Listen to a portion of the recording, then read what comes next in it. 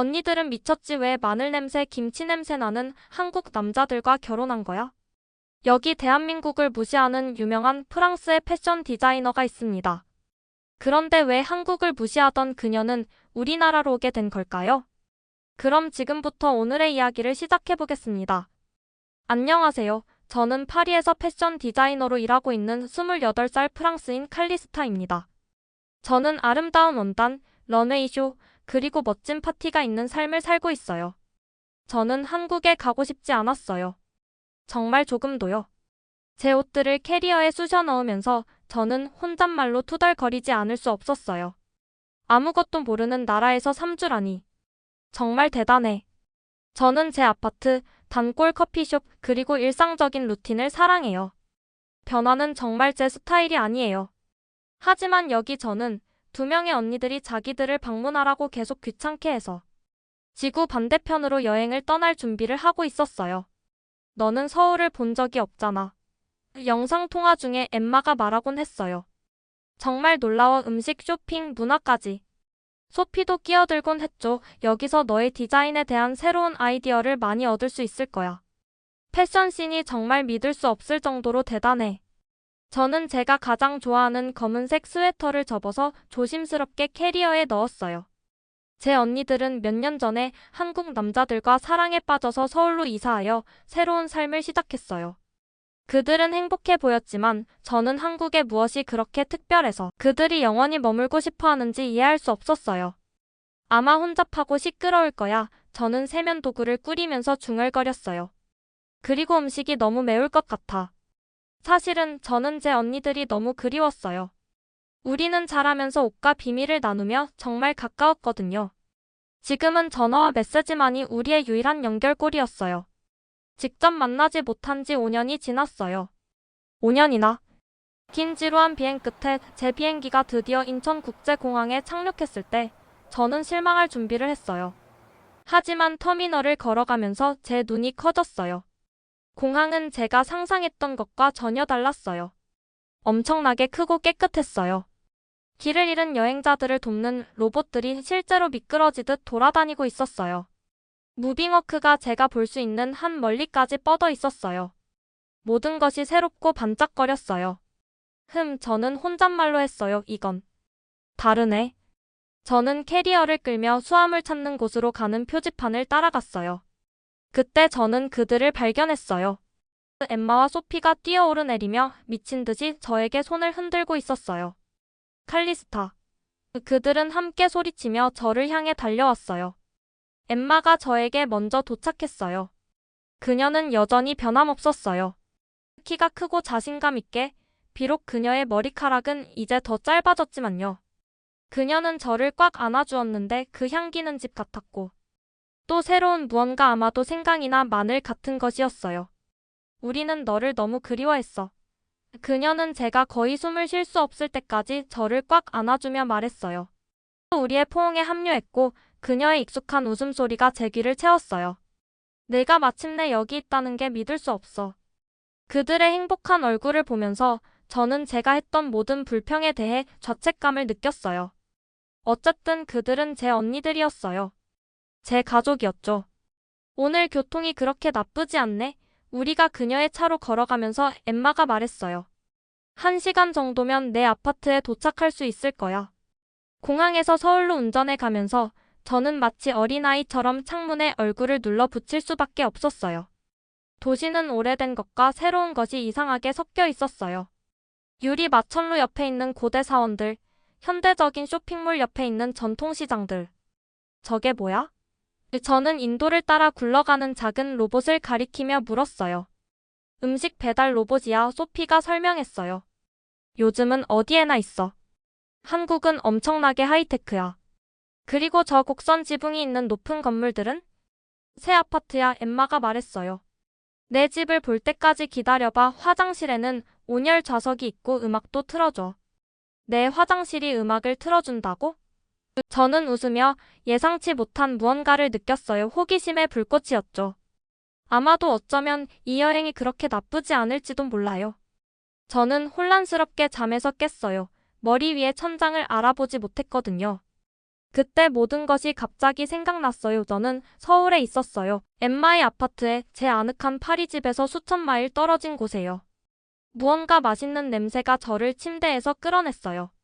저는 냄새를 따라 주방으로 갔고 그곳에는 엠마가 요리하고 있었어요. 그녀의 머리는 지저분한 머리 묶음으로 묶여 있었죠. 좋은 아침이야 잠꾸러기. 그녀는 미소를 지으며 말했어요. 아침 식사를 만들었어. 집과 여기에 혼합이야. 테이블에는 제 마음을 기쁨으로 뛰게 하는 익숙한 황금빛 크루아상이 놓여 있었어요. 하지만 그 옆에는 제가 알아보지 못하는 이상한 음식들이 있었어요. 하얀 밥 한 그릇과 빨갛고 채소 같은 무언가요. 저게 뭐예요? 저는 빨간 것을 가리켰어요. 김치야. 엠마가 설명했어요. 고추로 발효시킨 배추. 한국의 국민 음식이야. 저는 아주 작게 한 입 먹었고 즉시 제 입이 불타는 것 같았어요. 물을 찾으면서 눈물이 났어요. 매워요. 저는 숨을 헐떡이며 물 한 잔을 모두 마셨어요. 방금 들어온 엠마와 소피가 웃음을 터뜨렸어요. 너의 표정을 봤어야 했는데. 소피가 킥킥 웃었어요. 걱정하지 마. 너의 미각이 적응할 거야. 그리고 맵지 않은 한국 음식도 많이 있어. 시도해 볼 수 있어. 아침 식사 후 우리는 도시를 탐험하러 나갔어요. 밖으로 나서는 순간 저는 서울의 에너지에 압도됐어요. 인도는 빠르게 걷는 사람들로 가득 차 있었고 모두 중요한 곳에 가야 하는 것처럼 보였어요. 첫 번째 정류장, 경복궁. 엠마가 지하철로 가는 길을 안내하며 이야기했어요. 궁전을 보자. 아름다움에 매료되었어요. 밝은 빨간색과 녹색으로 칠해진 거대한 나무문은 앞마당과 곡선형기와 지붕이 있는 건물로 이어졌어요. 모든 것이 너무 제가 익숙한 유럽 건축과 달랐어요. 이것은 1395년에 지어졌어. 소피는 우리 와건이며 설명했어요. 조선 왕조의 주요 왕궁이었어. 저는 부드러운 나무 기둥을 만지며 그것들이 수세기 동안 서 있었다는 것에 놀랐어요. 아름다워요. 저는 인정했어요. 불과 1시간 후 우리는 미래에서 온 것처럼 보이는 것 앞에 서 있었어요. 직선이나 날카로운 모서리가 없는 거대한 곡선 건물이었어요. 이것은 동대문 디자인 플라자야. 엠마가 자랑스럽게 말했어요. 자하 하디드가 디자인했어. 우주선처럼 보여요. 저는 감탄했어요. 그것이 서울을 특별하게 만드는 거야. 소피가 말했어요. 아침에는 600년 된 궁전을 보고 오후에는 최첨단 디자인을 볼 수 있어. 여기서는 옛것과 새것이 나란히 공존하고 있어. 제 배가 꼬르륵 소리를 내며 점심시간이 되었음을 상기시켰어요. 우리는 좁은 통로가 상상할 수 있는 모든 것을 파는 가판대로 가득 찬 지역 시장으로 갔어요. 냄새가 놀라웠어요. 달콤하고 짭짤하고 매운 모든 것이 공기 중에 섞여 있었어요. 이건 먹어봐. 소피가 팬케이크처럼 생긴 것을 저에게 건네주었어요. 호떡이라고 해. 안에 꿀과 견과류가 든 달콤한 팬케이크야. 저는 한 입 먹고 기쁨으로 거의 울 뻔했어요. 바깥쪽은 바삭했지만 안쪽은 녹은 흑설탕, 계피, 그리고 견과류로 끈적끈적했어요. 이건 정말 놀라워요. 저는 아직 입이 가득한 채로 말했어요. 파리에도 이런 게 필요해요. 우리가 시장을 계속 돌아다니면서 저는 모든 사람들이 번개 같은 속도로 움직이는 것을 알아챘어요. 상인들은 손님들에게 소리쳤고 돈과 상품은 빠르게 교환되었으며 사람들은 인상적인 민첩성으로 군중 사이를 헤집고 다녔어요. 왜 모든 사람들이 그렇게 서두르고 있어요? 저는 언니들을 따라잡으려고 하면서 물었어요. 그것은 빨리빨리 문화라고 해. 소피가 설명했어요. 빨리빨리. 한국인들은 시간을 낭비하는 것을 좋아하지 않아. 그것은 한국 전쟁 후 그들이 나라를 빠르게 재건한 방법의 일부야. 그날 저녁 엠마의 아파트로 돌아온 후 제 언니들은 저를 즉시 의심하게 만드는 눈빛을 교환했어요. 그래서 엠마가 캐주얼하게 들리려고 노력하며 시작했어요. 내가 내일 너를 위한 소개팅을 준비했어. 뭐라고요? 저는 거의 차에 목이 막힐 뻔했어요. 그의 이름은 민준이야. 그녀는 계속했어요. 그는 내 남편의 대학 친구야. 그는 똑똑하고 재미있고 자신의 IT 회사를 운영해. 저는 누구와도 데이트하고 싶지 않아요. 저는 항의했어요. 저는 여기 단지 3주 동안만 있어요. 커피 한 잔일 뿐이야. 소피가 덧붙였어요. 한국의 데이트 문화는 정말 흥미로워. 파리에서 너가 익숙한 것보다 훨씬 더 형식적이야. 저는 그들의 희망찬 얼굴을 바라보며 한숨을 쉬었어요. 좋아요. 커피 한 잔. 하지만 어떤 일이 일어날 것을 기대하지 마세요. 이 소개팅이 제 여행에 관한 모든 것을 그리고 아마도 제 인생까지도 바꿀 것이라고는 전혀 알지 못했어요. 저는 카페에 10분 일찍 도착했어요. 이건 완전히 저답지 않은 일이었죠. 파리에서는 모든 약속에 세련되게 늦게 도착하는 것을 자랑스럽게 여겼거든요. 하지만 한국의 빨리빨리 문화가 이미 저에게 영향을 미친 것 같아요. 카페는 현대적이면서도 아늑했어요. 천장에서 식물들이 매달려 있고 풍부한 커피 향이 공기를 채웠죠. 저는 창가 쪽의 작은 테이블을 선택했어요. 그곳에서 사람들을 구경할 수 있었고 아이스 커피를 주문했어요. 커피가 도착했을 때 옆에는 작은 접시에 담긴 다채로운 떡이 있었어요. 이건 서비스예요. 종업원이 웃으며 설명했어요. 저는 갑자기 민준을 만나는 것이 긴장되어 냅킨을 만지작거렸어요. 우리가 대체 무슨 이야기를 할 수 있을까요? 패션 디자이너가 기술 기업가를 만나는 건 나쁜 농담의 시작처럼 들렸어요. 정확히 오후 2시에 문이 열리고 해군색 정장을 입은 키 큰 남자가 들어왔어요. 그는 카페를 둘러보다가 저에게 시선이 멈췄어요. 그의 얼굴에 따뜻한 미소가 번졌고 그것은 그의 눈 가장자리를 주름지게 만들었어요. 그리고 어떤 이유에서인지 그 작은 디테일이 저를 조금 편안하게 만들었어요. 그는 자신감 있게 걸어와서 손을 내밀었어요. 당신이 칼리스타군요. 그는 완벽한 영어로 말했어요. 저는 민준입니다. 만나서 반갑습니다. 저는 언어 장벽과 씨름할 필요가 없다는 것에 즉시 안도감을 느꼈어요. 저도 만나서 반가워요. 저는 그의 손을 흔들며 대답했어요. 그의 손은 따뜻했고 그의 악수는 단단하면서도 부드러웠어요. 저는 대화가 어색할 것이라고 예상했어요. 긴 침묵과 억지로 하는 잡담으로 가득 찬. 하지만 놀랍게도 우리가 대화를 시작하자 우리는 멈출 수 없는 것처럼 보였어요. 민주는 제 패션 작업에 대해 호기심이 많았고 제 디자인 과정과 영감에 대해 사려 깊은 질문을 했어요. 저 역시 그의 앱 회사에 대해 진정으로 관심을 갖게 되었어요.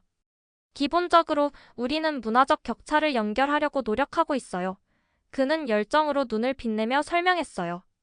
이 앱은 관광객들이 한국의 관습, 전통, 그리고 예절을 이해하도록 돕습니다. 또한 반대로도 작용해요. 한국인들이 다른 나라에서 온 방문자들을 이해하도록 돕죠. 그건 정말 멋진데요. 저는 인정했어요. 어떻게 그 아이디어를 생각해내셨어요? 대학 때 1년 동안 프랑스에서 공부했어요. 그가 말했고 저는 제 고향에 대한 언급에 귀가 쫑긋해졌어요. 정말 많은 부끄러운 문화적 실수를 했어요. 사람들이 문화를 넘어 연결되도록 돕는 더 나은 방법이 있을 것이라고 생각했죠. 그는 계속하기 전에 커피를 한 모금 마셨어요. 저는 항상 다른 문화를 이해하는 것이 세상을 더 나은 곳으로 만든다고 믿어왔어요. 이 앱은 그 비전에 대한 저의 작은 기여죠. 저는 한국에 오는 것에 대해 얼마나 부정적이었는지 기억하며 부끄러움을 느꼈어요. 인정해야 할 것 같아요. 저는 거의 비어있는 커피잔을 내려다보며 고백했어요. 여기 오기 전에 한국에 대한 잘못된 생각들을 가지고 있었어요. 민주는 상처받은 것처럼 보이지 않았어요. 그는 그저 이해하는 눈빛으로 고개를 끄덕였어요. 많은 사람들이 그래요. 중요한 것은 당신이 지금 여기 있다는 것, 당신의 눈으로 직접 보고 있다는 거예요. 우리는 너무 오래 이야기해서 제가 전화를 확인했을 때 2시간이 지났다는 것을 알고 깜짝 놀랐어요.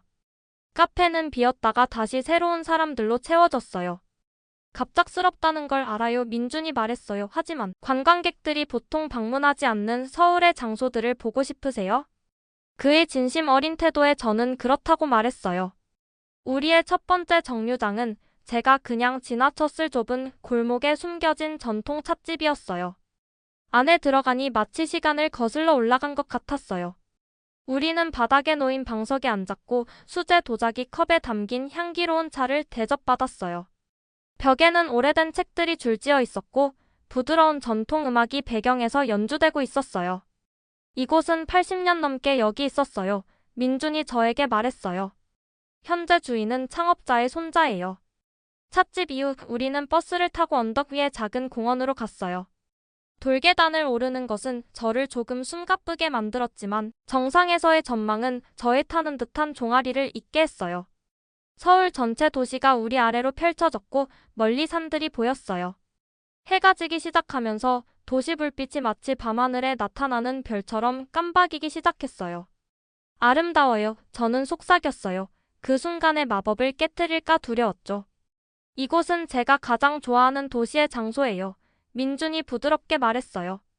서울이 과거와 미래가 만나는 곳이라는 것을 상기시켜줘요. 마치 서로 다른 나라에서 온 사람들이 함께 모여 공통점을 찾을 수 있는 것처럼요.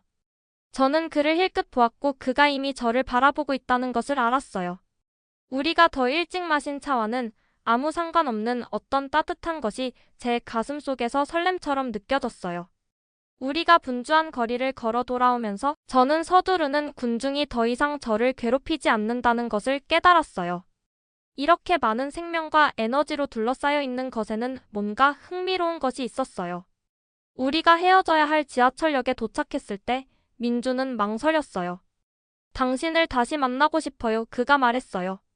아마도 서울을 넘어 한국의 더 많은 곳을 보여드릴 수 있을까요? 몇 시간 떨어진 곳에 사원과 절벽으로 유명한 아름다운 해변 마을이 있어요. 일주일 전이었다면 저는 무슨 변명을 만들어냈을 거예요. 하지만 거기 서서 도시 불빛의 기억이 아직도 마음에 생생한 채로 저는 제 자신이 좋아요라고 말하는 것을 발견했어요. 그리고 놀라운 점은 정말로 그것을 진심으로 말했다는 거예요. 저는 한국이 얼마나 빨리 덜 낯설게 느껴지기 시작했는지 놀랐어요.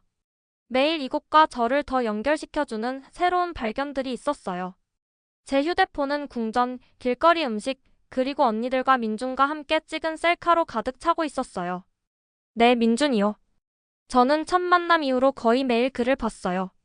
그는 저를 자신이 알고 있는 맛집으로 데려갔고, 그곳에서 우리는 방석 위에 다리를 꼬고 앉아 제가 발음할 수 없지만 계속 먹고 싶은 음식을 먹었어요.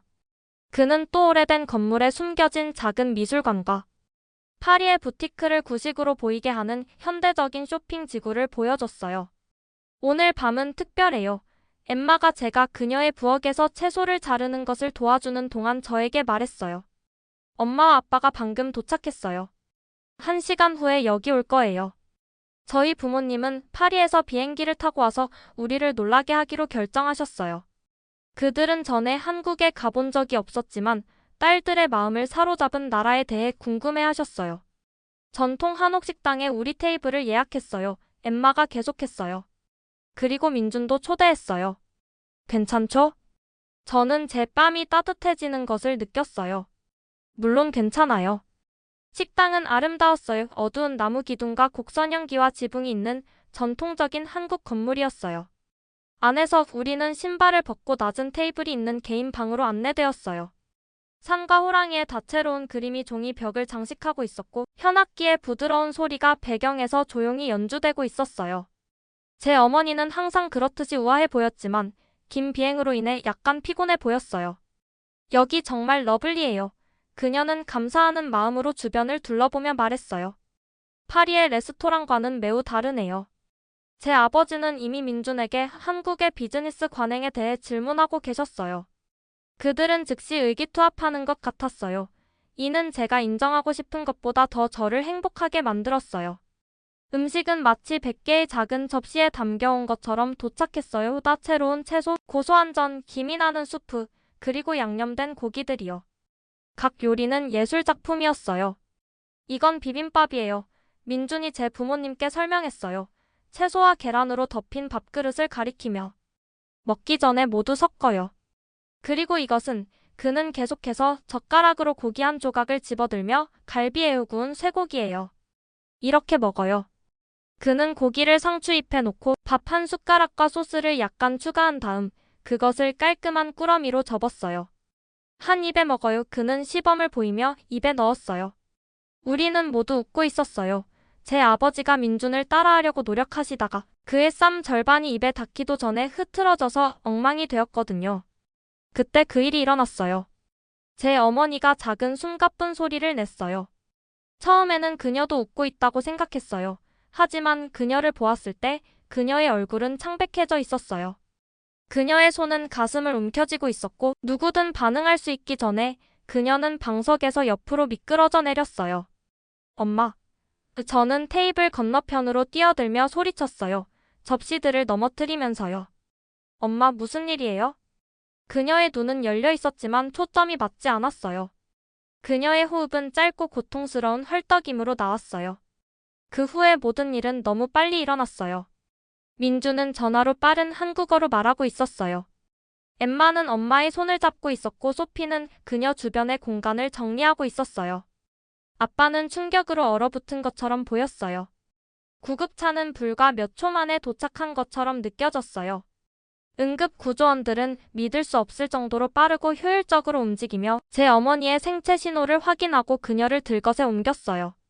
그들은 빠르고 전문적인 어조로 서로 대화했어요. 그들이 뭐라고 하고 있어요? 저는 민준에게 물었어요. 공포가 목구멍에서 솟아오르면서요. 그들은 심장이라고 생각하고 있어요. 그는 심각하게 말해더요. 그들은 그녀를 세브란스 병원으로 데려가고 있어요. 한국에서 가장 좋은 병원 중 하나예요. 우리는 민준의 차로 구급차를 따라갔어요. 소피가 그녀의 유창한 한국어로 병원에 미리 전화할 때를 제외하고는 아무도 말하지 않았어요.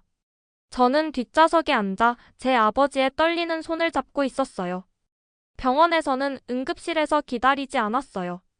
우리가 도착했을 때 파란색 수술복을 입은 팀이 이미 기다리고 있었어요.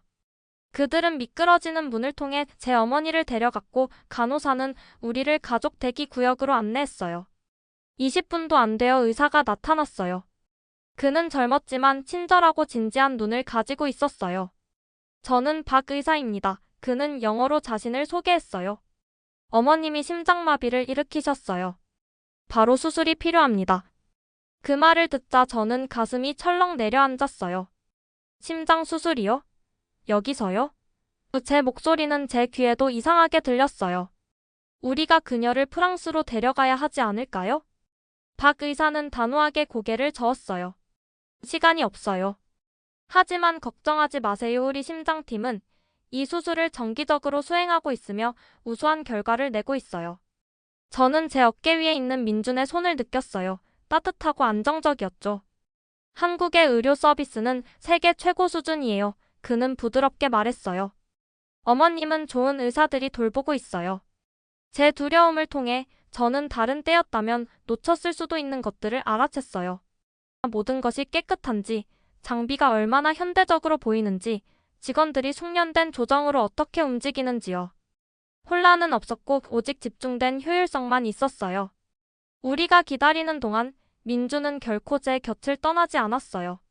그는 우리에게 종이컵에 담긴 차를 가져다 주었고 제가 이해하지 못하는 의학 용어를 번역해 주었으며 제 아버지의 전화기가 배터리가 다 떨어졌을 때 충전기를 찾아 주었어요. 한국에서는 그는 우리가 대기실에 앉아 있을 때 설명했어요. 의료가 단지 환자를 치료하는 것이 아니라 가족 전체를 돌보는 것이라고 믿어요. 수술은 3시간이 걸렸어요. 박 의사가 마침내 수술 모자를 아직 안 쓴 채로 나타났을 때 저는 숨을 참았어요. 수술은 성공적이었습니다. 그가 말했고 저는 안도감으로 무릎이 약해지는 것을 느꼈어요. 그녀의 관상 동맥에 2개의 스텐트를 넣었어요. 그녀는 이제 안정되었고 완전히 회복될 것입니다. 저는 그때 울기 시작했어요. 모든 두려움과 긴장이 한꺼번에 쏟아져 나왔어요. 민준의 팔이 제 어깨를 감싸 안았고 저는 생각 없이 그에게 기댔어요. 우리가 그녀를 볼 수 있을까요? 제 아버지가 물었어요. 그의 목소리는 감정으로 거칠었어요. 아주 짧게요. 박 의사는 고개를 끄덕였어요. 그녀는 아직 마취 상태이지만 회복실에서 그녀를 볼 수 있어요. 제 어머니는 병원 담요 아래에서 작고 연약해 보였어요. 삐 소리를 내는 기계에 연결된 튜브와 전선이 있었어요. 하지만 그녀의 색은 이미 좋아졌고 모니터는 안정적인 심장 박동을 보여주고 있었어요. 거기 서서 그녀를 바라보면서 이상한 생각이 저를 강타했어요. 이것이 파리에서 일어났다면 아니면 더 나쁘게는 긴 비행 중에 일어났다면 어땠을까요? 그녀가 이렇게 빨리 치료를 받았을까요? 결과가 같았을까요? 우리가 다른 곳에 있었다면 어떻게 되었을지 모르겠어요. 저는 제 아버지가 어머니의 침대 옆에 앉을 수 있도록 물러나면서 민준에게 속삭였어요. 그것이 최상의 빨리빨리 문화가 작동하는 방식이에요. 그는 부드러운 미소로 대답했어요. 때로는 빠른 것이 단지 효율성에 관한 것이 아니라 생명을 구하는 것에 관한 것이에요. 병원 방은 그 주에 우리의 두 번째 집이 되었어요. 저는 심장병동의 모든 간호사들의 이름을 배웠고 엄마 방 박복도의 삐걱거리는 지점을 외웠어요. 처음에는 그렇게 강하게 느껴졌던 방부제 냄새가 익숙해졌고 거의 위안이 될 정도였어요. 저를 가장 놀라게 한 것은 병원 직원들이 우리를 대하는 방식이었어요. 파리에서는 의사들이 존경받지만 거리감이 있어요. 여기서는 엄마의 의사가 하루에 2번 들러서 그녀의 침대 가장자리에 앉아 모든 검사 결과와 약물 변경 사항을 설명해 주었어요. 그는 복잡한 의학 용어를 사용하지 않았고 설명을 서두르지도 않았어요. 어머님의 심장은 이미 많이 좋아졌어요. 박 의사가 셋째 날에 자신의 태블릿에 있는 이미지를 가리키며 우리에게 말했어요. 이 부분이 이제 어떻게 더 좋은 혈류를 얻고 있는지 보이시나요? 간호사들은 훨씬 더 놀라웠어요. 그들은 우리 모두의 이름을 기억했고 모든 것을 알아챘어요. 그들이 저를 하룻밤 내내 의자에서 자고 난 후 하품하는 것을 보았을 때 그들은 제가 요청하지 않았는데도 안락 의자를 가져왔어요. 수민이라는 한 간호사가 어느 날 아침에 작은 용기를 가지고 왔어요. 제 할머니가 이 김치를 만드셨어요.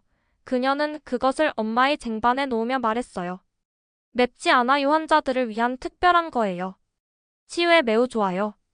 처음 도착했을 때 김치에 코를 찡그렸던 엄마는 실제로 그것을 시도했어요.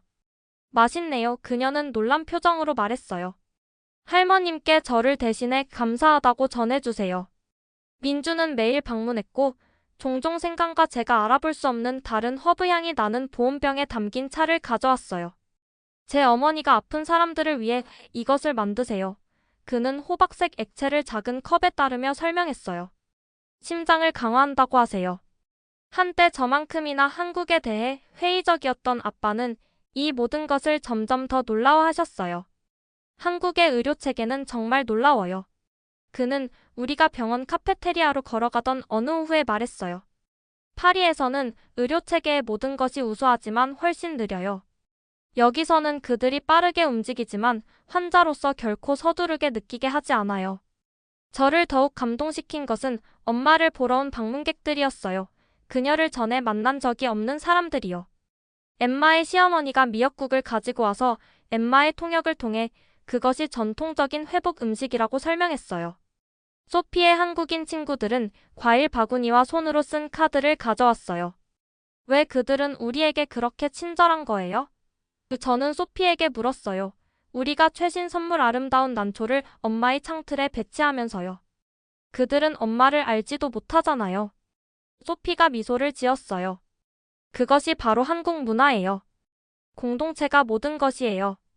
누군가가 도움이 필요할 때 모두가 돕죠. 심지어 그들이 낯선 사람이라도요.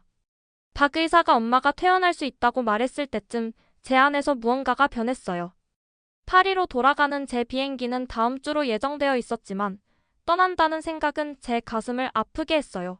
그것은 엄마의 심장에 대한 동정심과는 전혀 상관없는 방식이었어요. 그날 밤 엠마의 아파트에서 저녁 식사를 하면서 저는 돌그릇에 담긴 비빔밥을 이리저리 뒤적이며 용기를 모았어요. 저는 더 오래 머물 생각이에요. 저는 마침내 이야기를 했어요. 아마도 몇 달 정도요. 저는 한국에 대해 더 많이 배우고 싶어요. 제 언니들은 어린 시절부터 완벽하게 해온 그 짜증나는 아는 표정을 교환했어요. 민준 때문이지? 엠마가 눈을 반짝이며 놀렸어요. 저는 제 얼굴이 따뜻해지는 것을 느꼈어요. 조금은요. 저는 인정했어요. 하지만 그것보다 더 큰 이유가 있어요. 이 나라는 놀라워요. 사람들이 서로를 돌보는 방식, 전통과 혁신의 균형. 저는 전에 이런 경험을 해본 적이 없어요. 아빠는 고개를 들고 생각에 잠긴 표정을 지었어요. 파리의 패션 사업은 어떡할 거니? 저는 하루 종일 이것에 대해 생각해왔어요. 저는 잠시 동안 원격으로 일할 수 있어요. 저는 설명했어요. 그리고 사실 저는 한국 패션의 영감을 받았어요. 그들이 전통적인 요소와 현대적인 디자인을 혼합하는 방식. 저는 그것을 기반으로 한 컬렉션을 만들고 싶어요. 다리 위에 담요를 덮고 소파에서 쉬고 있던 엄마는 손을 뻗어 제 손을 꽉 잡았어요. 그녀의 악력은 매일 강해지고 있었어요. 정말 좋은 생각이라고 생각해. 그녀는 부드럽게 말했어요. 한국과 그 놀라운 의료 서비스가 아니었다면 나는 여기 없을지도 몰라. 이 나라가 내 생명을 구했어. 다음 날 오후 저는 우리의 찻집에서 민준을 만났어요. 그가 첫 데이트 때 저에게 보여준 바로 그곳이요. 이제는 다르게 느껴졌어요. 친숙하고 특별하게요. 저는 어떤 방석이 가장 편안한지, 그리고 어떻게 차를 흘리지 않고 따르는지 알게 되었어요. 할 말이 있어요. 저는 그에게 말했어요. 제 목소리에서 흥분을 감출 수 없었어요. 저는 몇 달 더 한국에 머물기로 결정했어요. 그의 얼굴은 크리스마스 아침의 아이처럼 밝아졌어요. 정말이요? 환상적이네요. 그런 다음 그의 표정이 진지해졌어요. 하지만 파리에서의 당신의 삶은 어떻게 되나요? 저는 미소를 지었어요. 시간이 지날수록 제 결정에 더 확신을 가지게 되었어요. 파리는 항상 그곳에 있을 거예요. 저는 말했어요. 하지만 지금은 저는 여기 있고 싶어요. 저는 한국어를 배우고 이 나라를 탐험하고. 저는 깊은 숨을 들이쉬었어요. 당신과 더 많은 시간을 보내고 싶어요. 민주는 테이블 너머로 손을 뻗어 제 손을 잡았어요. 그의 터치는 여전히 제게 설렘을 주었어요. 그보다 더 좋은 것은 생각할 수 없어요. 그날 저녁 늦게 저는 엠마의 발코니에 혼자 서서 서울이 바쁜 도시에서 별들의 은하수로 변하는 것을 지켜보았어요. 단 3주 만에 모든 것이 변했어요. 저는 이미 마음을 정한 채로 도착했었어요. 한국은 너무 다를 것이고, 너무 이국적이고, 너무 파리답지 않을 것이라고요. 이제 저는 떠나는 것을 상상할 수 없었어요. 제 전화기에 민준의 문자가 왔어요. 당신을 생각하고 있어요. 편안한 밤 되세요. 내일 한국어 수업? 저는 답장을 치면서 미소를 지었어요. 기대돼요. 제가 배우고 싶은 첫 번째 문구는 모든 것에 대한 제 생각을 바꿔주셔서 감사합니다. 제 앞에 펼쳐진 도시를 바라보면서 저는 한국에서 찾을 것이라고 예상하지 못했던 것에 소속감을 느꼈어요. 이것은 제 이야기의 끝이 아니었어요. 이것은 단지 시작일 뿐이었어요. 저는 마지못한 방문객으로 왔어요. 하지만 아마도 어쩌면 저는 그 이상의 무언가로 머물 것 같아요.